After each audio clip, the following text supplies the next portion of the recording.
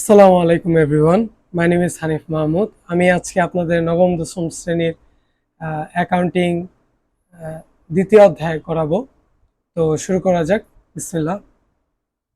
আচ্ছা, অ্যাকাউন্টিং দ্বিতীয় অধ্যায় হচ্ছে আমাদের লেনদেন, ট্রানজ্যাকশন। সো ট্রানজ্যাকশন কি আগে আমরা সবাই জানি যে লেনদেন কি, কিন্তু ব্যবসার পার্সপেক্টিভ থেকে আবার ট্রানজ্যাকশন ডিফারেন্ট জিনিস। আপনি যখন এখন থেকে অ্যাকাউন্টিং করবেন, এভরিথিং বিজনেসের পার্সপেক্টিভ থেকে দেখবেন। তো আমরা দেখি অ্যাকর্ডিং টু বিজনেস,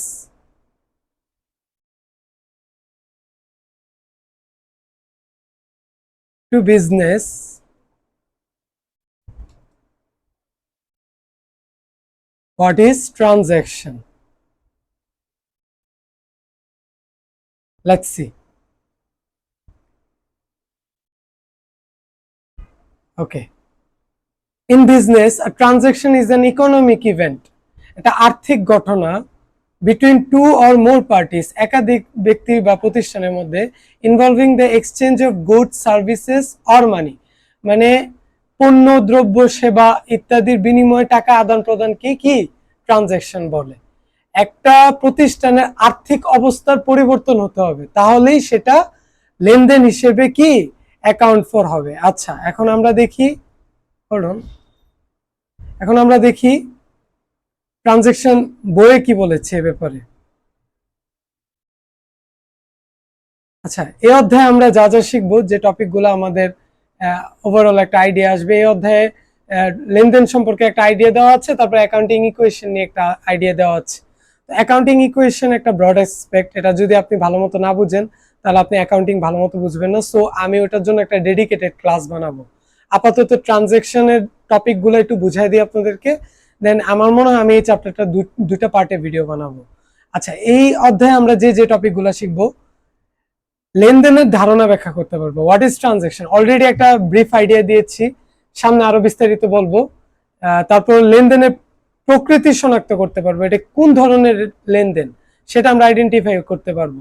তারপর ওইটা অ্যাকর্ডিং টু দ্যাট আমরা ওইটাকে কি করতে পারবো, আমরা ওইটাকে জার্নালাইজ করতে পারবো। তারপর হচ্ছে কি হিসাব সমীকরণের বিশ্লেষণ। হিসাব সমীকরণ হচ্ছে যে আমাদের accounting equation, assets equal to liability plus equity.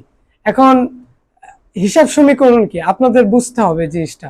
সমীকরণ কি, একটা সমান চিহ্ন থাকবে, এটা দুই পাশ সমান হবে। ঠিক একইভাবে অ্যাকাউন্টিং ইকুয়েশন হচ্ছে assets is equal two liability plus equity. So assets should always equal to liability and equity, the vice versa. Liability and equity should also equal to asset. Okay, and then there is হিসাব সমীকরণের ব্যবসায়িক লেনদেনের প্রভাব আমরা ব্যাখ্যা করতে পারবো। মানে একটা ট্রানজ্যাকশন তখনই ট্রানজ্যাকশন হবে যদি সেটা কি হিসাব সমীকরণে প্রভাব বিস্তার করে। এটা আমরা সামনে এক্সাম্পলের সাথে দেখব। তারপর হচ্ছে ব্যবসা প্রতিষ্ঠানের লেনদেনের উৎস দলিলাদি তৈরি, তালিকা তৈরি করে বর্ণনা করতে পারবো। আমরা কিভাবে তালিকাটা তৈরি করতেছি সে সম্পর্কে আমরা বিস্তারিত আলোচনা করতে পারবো। তারপর কি লেনদেন সমর্থনে প্রয়োজনীয় দলিলাদি যথাযথভাবে প্রস্তুত করতে পারবো। এই হচ্ছে আমরা এই টপিকস গুলো আমরা এই চ্যাপ্টার থেকে শিখতে পারবো। এখন দেখা যাক লেনদেনের ধারণা বইয়ে কি দিচ্ছে। লেনদেনের ধারণা, আধুনিক সমাজ ব্যবস্থায় হিসাব লিপিবদ্ধকরণের ক্ষেত্রে লেনদেন শব্দটি অত্যন্ত গুরুত্বপূর্ণ। ব্যবসা জগতে বিভিন্ন ঘটনার উদ্ভব হয়, কিন্তু সমস্ত ঘটনা হিসাবের বইতে লিপিবদ্ধ করা হয় না। অর্থের অঙ্ক পরিমাপযোগ্য ঘটনা যা ব্যবসার আর্থিক অবস্থার পরিবর্তন ঘটায়, সেই সমস্ত ঘটনাই লেনদেন হিসাবের বইতে লিপিবদ্ধ করা হবে। এখানে একটা খুব ইম্পর্টেন্ট কথা, একটা ট্রানজ্যাকশন নাকি সেটার মেন প্রায়োরিটি হচ্ছে বিজনেস ইম্প্যাক্ট পড়তে হবে। বিজনেসে যদি এটার ইম্প্যাক্ট না পড়ে তাহলে সেটা ট্রানজ্যাকশন হবে না। যেমন আমি মালিক বিজনেসের, তো আমি কি করলাম, আমি আমার ছেলের বেতন দিলাম। তো আমি আমার ছেলের যে বেতন দিলাম এই টাকাটা আমি ব্যক্তিগতভাবে খরচ করছি, এটা কি আমার বিজনেসে কোনো ইম্প্যাক্ট পড়ছে? পড়ে নেই। তো মালিক আর বিজনেস দুইটা আলাদা এন্টিটি, দুইটা ব্যক্তি সত্তাই আলাদা। বিজনেস আপনার একটা কৃত্রিম ব্যক্তি সত্তা হিসেবে চিন্তা করতে হবে। এগুলো ম্যানেজমেন্টে আপনারা ভালো মতো আরো বিস্তারিত জানবেন।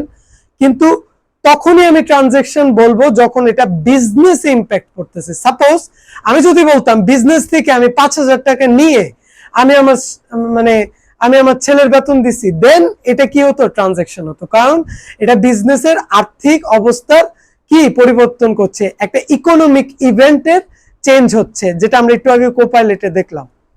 আচ্ছা,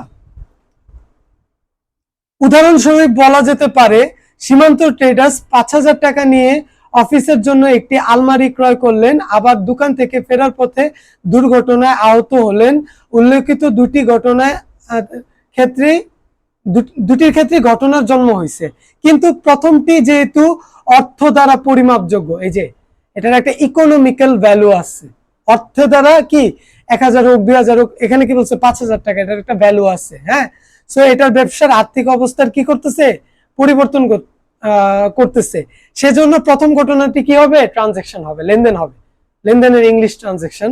সো আমি মাঝে মাঝে ইংলিশ টার্মিনোলজি ইউজ করতে পারি, সাথে সাথে আপনাদেরকে এডুকেট করে দিব, যেন আপনারা হায়ার এডুকেশন এটা ভালোভাবে আপনাদের বুঝতে ইজি হয়। দ্বিতীয় ঘটনা, যেহেতু আর্থিক সংশ্লিষ্টতা নেই এবং ব্যবসায়ের আর্থিক অবস্থার কোনো পরিবর্তন হয় না, সেহেতু দ্বিতীয় ঘটনা ব্যবসায় লেনদেন হিসেবে লিপিবদ্ধ হবে না। আচ্ছা, উনি দুর্ঘটনার শিকার হয়েছে, মানলাম উনি বিজনেসের মালিক, কিন্তু উনি যদি শিকার হয়ও, এটা কি বিজনেসের কোনো আর্থিক অবস্থা পরিবর্তন ঘটাইতেছে? ঘটাচ্ছে না। সো এটা কি হবে না? ট্রানজাকশন হবে না। ওকে, দেন কি বলেছে? লেনদেন শব্দটি আবিধানিক অর্থ হলো গ্রহণ ও প্রদান, অর্থাৎ দেওয়া বা নেওয়া, যেটা আমরা সাধারণত মানে ইউজ করে থাকি। বাট বিজনেসের পার্সপেক্টিভ থেকে লেনদেন আবার ডিফারেন্ট, দেওয়া নেওয়াই, বাট এখানে ইকোনমিক্যাল চেঞ্জ হতে হবে, অর্থনৈতিক একটা পরিবর্তন করতে হবে, ব্যবসার আর্থিক অবস্থা পরিবর্তন করতে হবে। আচ্ছা, লেনদেন দুই ধরনের, বাহ্যিক লেনদেন, অভ্যন্তরীণ লেনদেন। ওকে, তো বাহ্যিক লেনদেন হচ্ছে কোনো আর্থিক ঘটনা দুটি পক্ষ বা দুটি প্রতিষ্ঠান প্রভাবিত করে। যদি কোনো ঘটনা, কোনো একটা ইকোনমিক্যাল ইভেন্ট আমার বিজনেস প্লাস আরেকজনের বিজনেসে কি ইম্প্যাক্ট করতেছে, সাপোজ আমি একটা প্রোডাক্ট কিনছি সাপ্লায়ারের কাছ থেকে, তো সাপ্লায়ার আমাকে সেল করছে না, তো তার জন্য একটা ইকোনমিক্যাল চেঞ্জ হয়েছে না, যে সে আমাকে বাকিতে পণ্য দিছে, কি হলো? যে এই টাকাটা সে ফিউচারে আমার কাছ থেকে পাবে, সো তার একটা আর্থিক পরিবর্তন ঘটছে। একইভাবে আমি যে প্রোডাক্টটা কিনছি, আমার একটা বাকিতে কিনছি, আমার একটা দায় তৈরি হয়েছে না, আমার তাকে টাকাটা ফিউচারে দিতে হবে না, সো এটা কি আমার একটা ইকোনমিক্যাল চেঞ্জ আনছে। সো এটা একটা বাহ্যিক লেনদেন, বুঝতে পারছেন? External transaction. আর যেমন কোন এই জিনিসটাই বলছে, দেখেন, কোন সরবরাহকারীর কাছ থেকে বাবুল স্টোরস কর্তৃক পণ্যদ্রব্য ক্রয় অথবা ব্যবসা প্রতিষ্ঠান কর্তৃক বাড়িওয়ালাকে মাসিক ভাড়া প্রদান। পক্ষান্তরে অভ্যন্তরীণ লেনদেন ব্যবসায় শুধু অভ্যন্তরীণ আর্থিক অবস্থা প্রভাবিত করে। উদাহরণস্বরূপ, মেশিনারি ব্যবহারের ফলে অদ্ভুত অবচয় বা মূল্য হ্রাস। এখন অবচয় এই ওয়ার্ডটা আপনাদের জন্য নিউ, যেটার ইংলিশ টার্ম হচ্ছে ডেপ্রিসিয়েশন। এইসব ওয়ার্ডই আপনারা অনার্স লেভেলে শিখবেন। আপাতত তাও আমি আপনাদেরকে এডুকেট করব সময়ের সাথে সাথে। এই অবচয় স্থায়ী সম্পত্তির এগেনস্টে ধরা হয়। সাপোজ আমি একটা বিজনেস দিচ্ছি, ওই বিজনেসের জন্য আমি ওই ম্যানেজ করার জন্য একটা কম্পিউটার কিনছি। এই কম্পিউটারটা দাম 60,000 টাকা, আমি 1 বছর ব্যবহার করছি। কম্পিউটারটা কি মূল্য ওই 60,000 টাকা থাকবে? সময়ের সাথে সাথে কম্পিউটারটার ভ্যালুটা কমবে না? তো এই ভ্যালুটা আমরা কমাই অবচয় ধার্যের মাধ্যমে। আমরা অবচয় করি, অবচয় করে করে 50,000 টাকা, সাপোজ আমি 10,000 টাকা করে প্রতি বছরে ধরা শুরু করছি। ওই 10,000 টাকা করে আমি কাটতে থাকি। ওই টাকাটা আমি কি করি? আমি একটা আলাদা মানে একটা সঞ্চিতি তৈরি করি, যেটা আমরা পুঞ্জীভূত অবচয় হিসাবে শিখবো সামনে। তো ওই হিসাবে আমরা টাকাটা জমা করতে থাকি, যেন একটা সময় পরে এই সম্পদটা যদি অকেজো হয়ে যায়, আমরা নতুন করে একটা সম্পদ কিনে আমরা রিইনস্টল করতে পারি। ওকে ওকে, আর এটাই অভ্যন্তরীণ লেনদেন, এটাই যে আমার শুধু এটা বিজনেসের ভিতরে করতেছে, বাইরে কোনো রকম ট্রানজাকশন এটার হচ্ছে না। সো এটাই বলেছে। এন্ড দেন আচ্ছা,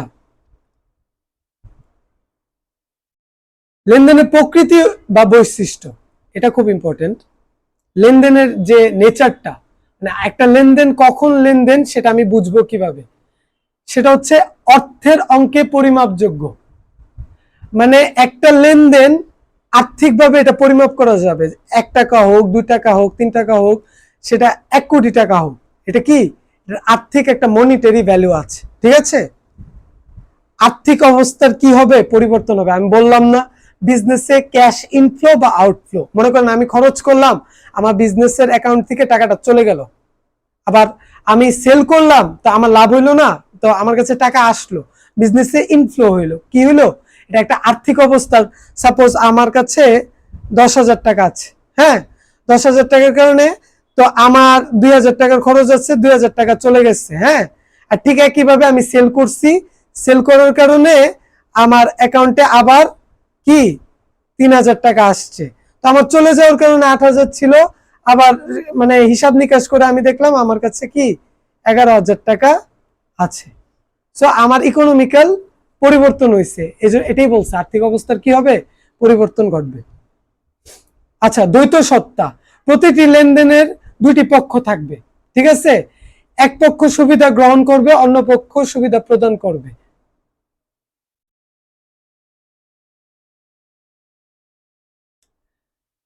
তারপর হচ্ছে স্বয়ংসম্পূর্ণ ও স্বতন্ত্র। লেনদেনের আরেকটি উল্লেখযোগ্য বৈশিষ্ট্য হলে এটি লেনদেন, প্রতিটি লেনদেন স্বয়ংসম্পূর্ণ, অর্থাৎ একটি আরেকটির সাথে হতে সম্পূর্ণ আলাদা। আচ্ছা, এখানে কি বলছে, 10,000 টাকা পণ্য বিক্রয় করে 7 দিন পর টাকা পাওয়া গেল। সাপোজ আমি বাকিতে 10,000 টাকা সেল করছি, এই যে বাকিতে সেল করছি, এটা কিন্তু আমার অ্যাকাউন্ট করতে হবে ইমিডিয়েটলি। আমি টাকা পাই না পাই সেটা পরের কথা, আমার ইমিডিয়েটলি কি সেটা অ্যাকাউন্ট ফর করতে হবে। তো আমি অ্যাকাউন্ট করলাম, অ্যাকাউন্ট রিসিভেবল বা দেনাদার নামে, এই টার্মগুলো আপনারা সামনে শিখবেন। দেনাদার, সরি আমার রাইটিং একটু বাজে আসতেছে, দেনাদার হবে, ওকে। তো এই পরে আপনি যখন তার কাছ থেকে টাকাটা পাবেন, তো তখন ওইটা আবার একটা আপনার ট্রানজাকশন হবে, ওইটা ক্যাশ ট্রানজাকশন হবে, ঠিক আছে। এই জিনিসটাই বলছে যে এখানে দেখেন, ধারে বিক্রয় একটি লেনদেন, হ্যাঁ, আবার 7 দিন পর আরেকটা, ওই যে টাকা প্রাপ্তির ওইটা আরেকটা লেনদেন হবে, ঠিক আছে। এগুলো আস্তে ধীরে আমরা সামনে আরো শিখবো। তারপর কি, লেনদেনের দৃশ্যমানতা থাকতে হবে। একটা লেনদেন লেনদেন নাকি কি সেটা আমরা বুঝবো কিভাবে, সেটার একটা দৃশ্যমানতা থাকতে হবে। লেনদেন দৃশ্যমান অদৃশ্যমান উভয় হইতে পারে। এখন আপনি বলতে পারেন অদৃশ্য লেনদেন আবার কি, অদৃশ্য লেনদেন হচ্ছে মনে করেন সুনাম।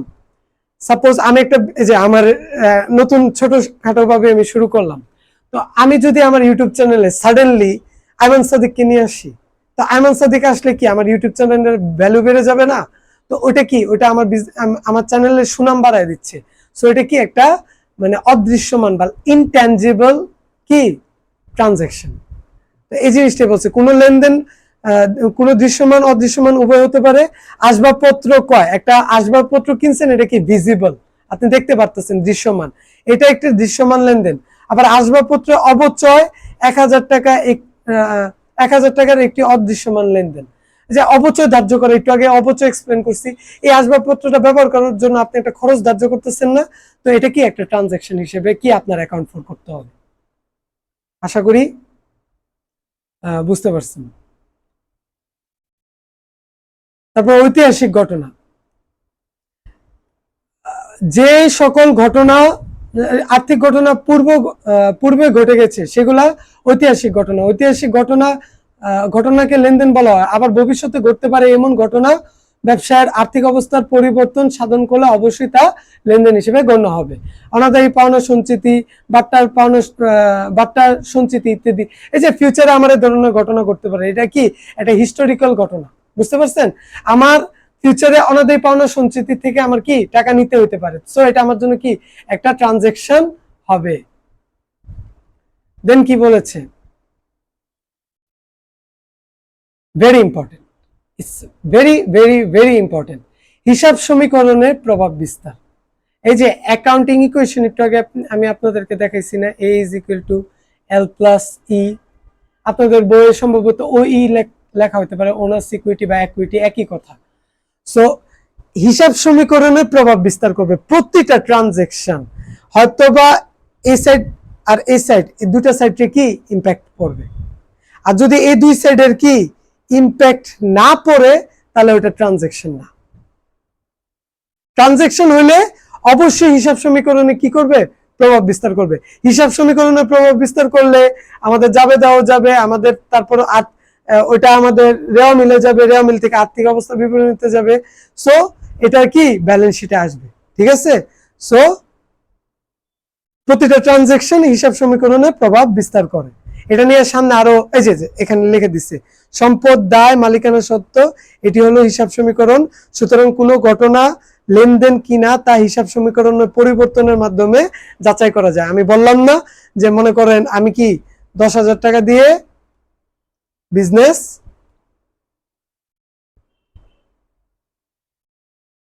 স্টার্ট করছি, 10,000 টাকা দিয়ে স্টার্ট করার কারণে আমার 10,000 টাকার ক্যাশ আসছে, অ্যাসেট বাড়ছে। ক্যাশ হচ্ছে একটা নন কারেন্ট অ্যাসেট, সো মানে চলতি সম্পত্তি। সো চলতি সম্পদ আসছে, আর অপর দিকে আপনার ইকুইটি 10,000 টাকা ইনক্রিজ হয়েছে, ঠিক আছে। সো এটা কি, এটার একটা আর্থিক অবস্থার পরিবর্তন ঘটাইছে না। সো এটা কি হবে, এটা একটা ট্রানজেকশন হবে। আচ্ছা, তারপর কি লেনদেন চিহ্নিতকরণ। এখন আমরা আসছি যে কোনগুলা লেনদেন আবার কোনগুলা লেনদেন না, সেটা আমরা এখন আইডেন্টিফাই করব।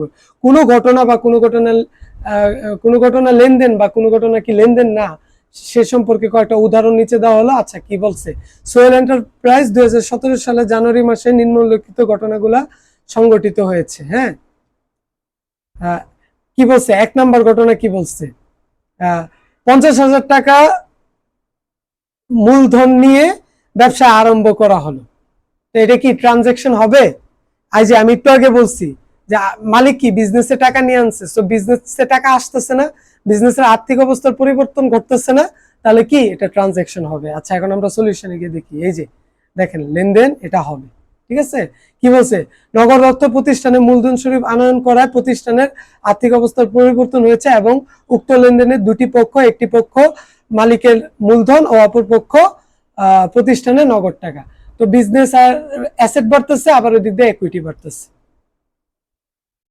সেকেন্ডে কি বলছে আমাদেরকে, নগদে 15,000 টাকার পণ্য ক্রয়। আপনি পণ্যটা যে ক্রয় করছেন, নগদও কিনছেন, সো টাকাটা আপনার গেছে না বিজনেস থেকে। চিন্তা করে দেখেন, আপনি একটা পণ্য কিনছেন যেটা আপনি রিসেল করবেন, তো আপনি সাপ্লায়ারের কাছ থেকে যখন পণ্যটা কিনছেন তখন আপনার তাদের টাকা দিতে হয়েছে না নগদে। তো টাকাটা যেহেতু গেছে, এটা আর্থিক অবস্থার একটা পরিবর্তন হয়েছে না, যেহেতু এটা আর্থিক অবস্থা পরিবর্তন হয়েছে, তাই এটা কি হবে, লেনদেন হবে। দেখি আমরা কি বলছে। এই যে দেখেন এখানে 2 নম্বর লেনদেন বলছে, এক্সপ্লেন তো করেই দিছি, তো এক্সপ্লেনেশন পড়ার দরকার নেই। 3 নম্বর কি বলছে, একজন পাওনাদারকে 10,000 টাকা পরিশোধ। মনে করেন আমি একজনের কাছ থেকে ওই যে আমি বাকিতে পণ্য কিনছিলাম, হ্যাঁ, তো বাকিতে পণ্য কেনার পরে আমি ওই সাপ্লায়ারে 10,000 টাকা দিছি। সো আমার কি হয়েছে, আমার বিজনেস থেকে কি 10,000 টাকা চলে গেছে। সো এটা আমার জন্য কি হবে, একটা ট্রানজেকশন হবে। এই যে দেখেন 3 নাম্বার লেনদেন। আচ্ছা, 4 নাম্বার কি বলছে, 8,000 টাকা, হোল্ড অন, আমি একটু এটা ইয়ে করি, মেবি আমার ফেসের কারণে পরে আপনারা দেখতে পাবেন। 8,000 টাকার পণ্য, 8,000 টাকার পণ্য ক্রয়ের ফরমায়েশ প্রদান, এটা কিন্তু আমাদের জন্য লেনদেন হবে না। কেন হবে না, আপনি চিন্তা করে দেখেন, এটা কি কোনো আর্থিক অবস্থার পরিবর্তন ঘটাইছে? ঠান্ডা মাথায় চিন্তা করেন, আপনি ফরমায়েশ দিচ্ছেন যে 8,000 টাকার পণ্য আমার লাগবে, ক্রয়ের জন্য আমি দিছি, কিন্তু আমার কি, আমি পণ্যটা কি পারচেস করছি, করিনি, ফরমায়েশ দিচ্ছি। তো পারচেস করলে যখন ইকোনমিক্যাল ইভেন্টটা অকার হবে, তখনই ওটা ট্রানজেকশন হবে। এটা কিন্তু ভেরি ভেরি ভেরি ইম্পর্টেন্ট। এই ধরনের কোয়েশ্চেন দিয়ে স্টুডেন্টদের কি কনফিউজ করে। আচ্ছা, আমি তো ফরমাইশ দিছি, তার মানে কি এটা আমার ফিউচারে ট্রানজেকশন হবে? ফিউচারে ট্রানজেকশন হওয়া আর ইমিডিয়েট ট্রানজেকশন হওয়া, there is a way difference. So ততক্ষণ আমি অ্যাকাউন্ট করতে পারবো না যতক্ষণ না আমি কি সেটা ইকোনমিক্যাল ইভেন্টে কোনো রকম চেঞ্জেস আসতেছে, ঠিক আছে। 5 নাম্বার বিজ্ঞাপন বাবদ 2,000 টাকা। আচ্ছা, 4 নাম্বারটা আগে আমরা দেখি। এই যে দেখেন লেনদেন নয়, 5 নাম্বারটা কি হবে? লেনদেন হবে। কেন হবে? বিজ্ঞাপন বাবদ 2000 টাকা প্রদান। আপনি বিজনেসের জন্য বিজ্ঞাপন করতেছেন, আপনার বিজনেস থেকে টাকা চলে যাচ্ছে না, সেটা আপনার জন্য লেনদেন, ইজি ব্যাপার। 6000 টাকা। 6 নাম্বার কি বলছে? জনাব মামুনকে মাসিক 7000 টাকা বেতনে ব্যবসায় ম্যানেজার হিসেবে নিয়োগ। একটু চিন্তা করে দেখেন তো, আমি একটু পজ দিলাম, এটা কি হবে? এটা লেনদেন হবে না। কারণ কি? এটা লেনদেন এই কারণে হবে না, কারণ হচ্ছে আপনি নিয়োগ দিবেন বেতনে, এখনো কি নিয়োগ দিচ্ছেন? ম্যানেজারকে নিয়োগ দিচ্ছেন, কিন্তু টাকাটা কি গেছে এখনো? সে তো সারা মাস কাজ করবে, করার পর না সে বেতন পাবে। কিন্তু এখন তো কোনো ইকোনমিক্যাল চেঞ্জ হয় নাই, আপনার বিজনেস থেকে টাকাটা এখনো যায় নাই। যেহেতু আপনার বিজনেস থেকে ক্যাশ আউটফ্লো হয় নাই, সো এটা কি ট্রানজেকশন হবে না। দেখি 6 নাম্বার কি বলছে। এই যে দেখেন 6 নম্বর লেনদেন নয়। চাকরি নিয়োগপত্র প্রদানের মাধ্যমে প্রতিষ্ঠানে কোনো সুবিধা তাৎক্ষণিক গ্রহণ বা প্রদান করেনি এবং এতে অর্থের কোনো আদান প্রদান হয়নি, সো লেনদেন হবে না। তো এই জিনিসগুলো খুব সিম্পল ম্যাটার, আপনারা যদি একটু শান্ত মাথায় দেখেন। আর আমি আপনাদেরকে চেষ্টা করব যে আপনাদের এক্সামের আগে, ফেব্রুয়ারির আগেই আমি যেন খুব সুন্দর করে আপনাদেরকে গড়ে তুলতে পারি, যেন আপনারা এগুলা খুব ইজিলি করতে পারেন। আর আমি সামনে হয়তো অ্যাকাউন্টিং ইকুয়েশন বলেন বা জার্নাল এন্ট্রিজ বলেন, আপনারা ব্যালেন্স শিট বলেন, এগুলা আর্থিক অবস্থা বিবরণী আর কি। Sorry, I am very sorry, আমি ইংলিশে বলে ফেলি, কারণ আমি ইংলিশে পড়াশোনা করি তো এগুলা। তো আমি আপনাদেরকে চেষ্টা করব ওইভাবেই তৈরি করতে, যেন আপনাদের পারফরমেন্স ভালো থাকে। আর কেউ যদি আমার সাথে ইমিডিয়েটলি এখন পড়তে চান, আমার কন্ট্যাক্ট নাম্বার ডিসক্রিপশনে দেওয়া থাকবে, আপনারা আমার পেড কোর্সে জয়েন করতে পারেন। Thank you. আচ্ছা, 7 নম্বর কি বলেছে? ব্যবসায় থেকে ব্যক্তিগত প্রয়োজনে মালিক কত 3000 টাকা উত্তোলন করছে, ব্যক্তিগত প্রয়োজনে উত্তোলন করছে, তো এটা কি ট্রানজেকশন হবে? মালিক তুলছে না, আপনি বলতে পারেন মালিকই তো তুলছে, তো এটা তো ট্রানজেকশন হওয়ার কথা না। চিন্তা করে দেখেন, আমি আপনারা বলছিলাম না বিজনেস আর মালিক দুটা আলাদা ব্যাপার। তো বিজনেস কি করছে? মালিক থেকে মালিক কি করছে? বিজনেস থেকে টাকাটা নিয়ে গেছে, তো বিজনেসের এটা একটা ইকোনমিক্যাল চেঞ্জ হয়েছে না, সো এটা কি হবে? এটা একটা ট্রানজেকশন হবে। দেখি 7 নম্বর কি বলছে। এই যে লেনদেন হবে। 8 নাম্বার কি বলছে? মালিকের ব্যক্তিগত অর্থ হতে 500 টাকা চুরি হয়েছে, এটা কি ট্রানজেকশন হবে? চিন্তা করে দেখেন, দরকার হলে একটু পজ দেন, ভাবেন, ট্রানজেকশন হবে না। কারণ কি? মালিকের ব্যক্তিগত ইয়েতে হয়েছে, এটা তো বিজনেসে হয়নি। বিজনেসে আর মালিকরে আপনার আলাদা হিসেবে চিন্তা করতে হবে। আমি আপনাদেরকে এখন থেকেই স্ট্রিক্ট বলতেছি, আপনি আলাদা, বিজনেস আলাদা। আপনি ইমাজিন করবেন বিজনেস একটা ব্যক্তি, ঠিক আছে? এক্সকিউজ মি, আমার একটু নেটওয়ার্ক ইস্যু হচ্ছে, হোল্ড অন, আমি একটু দেখি। সরি, একটু টেকনিক্যাল ইস্যু হয়েছিল। তো কি, বিজনেস আপনি আলাদা আর বিজনেস আলাদা, এই জিনিসটা আপনার বুঝতে হবে, ঠিক আছে? সো এটা কি, এটা ট্রানজেকশন হবে না। 8 নাম্বার দেখেন, ট্রানজেকশন। আমি কিন্তু এগুলো আপনাদের সাথে সলভ করতেছি, আমি বই এখন পর্যন্ত খুলিনি। আমি এসএসসি তে সায়েন্সে ছিলাম, এইচএসসি তে কমার্স নিয়েছি, দেন আমি বিবিএ করছি অ্যাকাউন্টিং এ, এছাড়া আমি এসএসসি করছি, association of chartered certified accountants থেকে। সিএ হচ্ছে একটা প্রফেশনাল কোয়ালিফিকেশন, তো ওইখানে আছি। সো আমি এসএসসির বই কখনো করিনি, আমি জাস্ট রেকর্ডিং ওপেন করছি আর এগুলো সলভ করতেছি আপনাদের সাথে। আমি মনে করি টেক্সট বুকের চেয়ে বেটার রিসোর্সেস কিছু হতে পারে না। আমি আপনাদের জন্য পিডিএফ বানায় অনেক হ্যাঙ্কি ফ্যাঙ্কি করে অনেক কোর্স মানে ইয়ে করলাম, দেখতে হয়তো বা অনেক ইয়ে হবে, বাট প্রপার নলেজটা এক্সামে তো এগুলা থেকেই আসবে, তাই না? সো বইটাই পড়ি, বইটাই আমরা সলভ করব, বইটা থেকে আমরা কোয়েশ্চেন নিব, বই থেকে আমরা পিডিএফ মানে কোয়েশ্চেন সলভ করব, আমরা এক্সেলে দেখব, যেন আরো একটু ইন্টারেস্টিং লাগে আর কি। অথবা গুগল স্প্রেডশিট আর এক্সেল আমি অ্যাকাউন্টিং আপনাদেরকে করে করে দেখাবো। আচ্ছা, 9 নাম্বার দেখি কি বলছে। 9 নাম্বার বলছে, হাসেম ব্রাদার্স প্রতি মাসে 10,000 টাকার পণ্য ক্রয়ের জন্য সাথে 10,000 টাকার পণ্য ক্রয়ের জন্য চুক্তি সম্পাদন। চুক্তি করছেন, এটা কি ট্রানজেকশন হয়েছে? ইকোনমিক চেঞ্জ হয়েছে, সো এটা কি হবে না? এটা ট্রানজেকশন হবে না। এই যে 9 নাম্বার দেখেন, 9 নাম্বার কিন্তু কি, এই যে লেনদেন নয়। আচ্ছা, আমার ফেসের কারণে হয়তো বা একটু ভিডিওর কিছু অংশ কেটে যেতে পারে, আমি এটা ঠিক করবো আস্তে ধীরে ইনশাল্লাহ।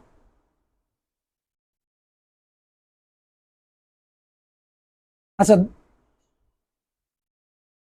10 নাম্বার কি বলছে? লেনদেন হবে। কেন হবে দেখি। 10,000 টাকা 10,000 টাকা মূল্যের পণ্য হানিফ ট্রেডার্সের নিকট থেকে বিক্রয়। হানিফ ভাই, আমার নাম হানিফ মাহমুদ। ভালো, দেখেন আমার নাম আয়সা পড়ছে। 10,000 টাকার মূল্যের পণ্য হানিফ ট্রেডার্স নিকট থেকে ধারে বিক্রয়।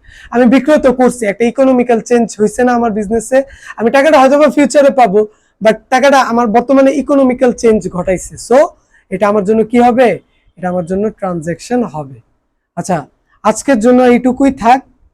হিসাব সমীকরণ, অ্যাকাউন্টিং ইকুয়েশন আমি নেক্সট ক্লাসে এই যে আপনাদেরকে আরো সুন্দর ওয়েতে করাবো। আমি মেবি মানে এখানে আমি আপনাদেরকে যদি একটু ব্রিফলি বলি, অ্যাকাউন্টিং ইকুয়েশন হচ্ছে A is equal to L plus ই।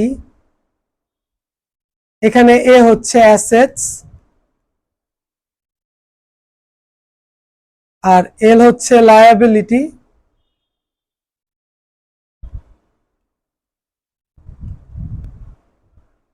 আর ই হচ্ছে একুইটি।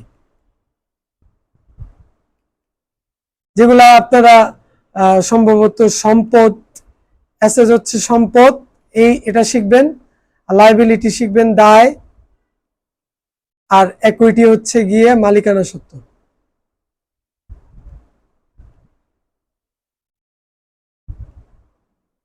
সরি, আমার রাইটিং একটু ইয়ে হতে পারে, বিকজ আমার এখানে রাইটিং করার হ্যাবিট নেই।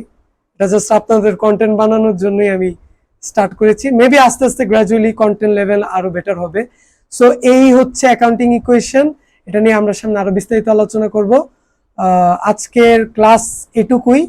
অ্যান্ড আই এম সরি, আমি 2 দিন লেট হয়ে গেছে ক্লাস দিতে। আমি স্টুডেন্টস পড়াই, সো আমার টাইম ম্যানেজমেন্ট আমি করতে পারতেছি না। নিজের পড়াশোনা, বিবিএ প্লাস সিএ, দেন আমার নিজের টিউশন আছে, আবার আমার কন্টেন্ট ক্রিয়েশনে নেমেছি। সো আপনারা আমাকে সাপোর্ট করেন ধারাবাহিকভাবে। আমি ইনশাল্লাহ রেগুলার বেসিস আমি চেষ্টা করব যেন সুন্দর করে ভিডিওগুলো দিতে। আর আমি একটা এসএসসির জন্য একটা ওয়েবসাইট ক্রিয়েট করে সুন্দর করে একটা প্লেলিস্ট ক্রিয়েট করব, আরো সুন্দর ওয়েতে কন্টেন্টগুলো দেওয়ার। দেন ফিউচারে ইনশাল্লাহ আপনারা যদি চান ওই পেইড কোর্সগুলো আমার ওয়েবসাইট থেকে ক্রিয়েট করতে পারবেন। এটা ইনশাল্লাহ সামনে আমি প্রোগ্রেশনে কাজ করব। So no more today. আর আপনারা আমাকে যেভাবে সাপোর্ট করতেছেন, মাত্র দুইটা ভিডিও দিয়েছি, অলরেডি মেবি 31 সাবস্ক্রাইবার, আর যে পরিমাণ ভিউ হচ্ছে আমার খুবই ভালো লাগছে। এভাবেই সাপোর্ট করেন।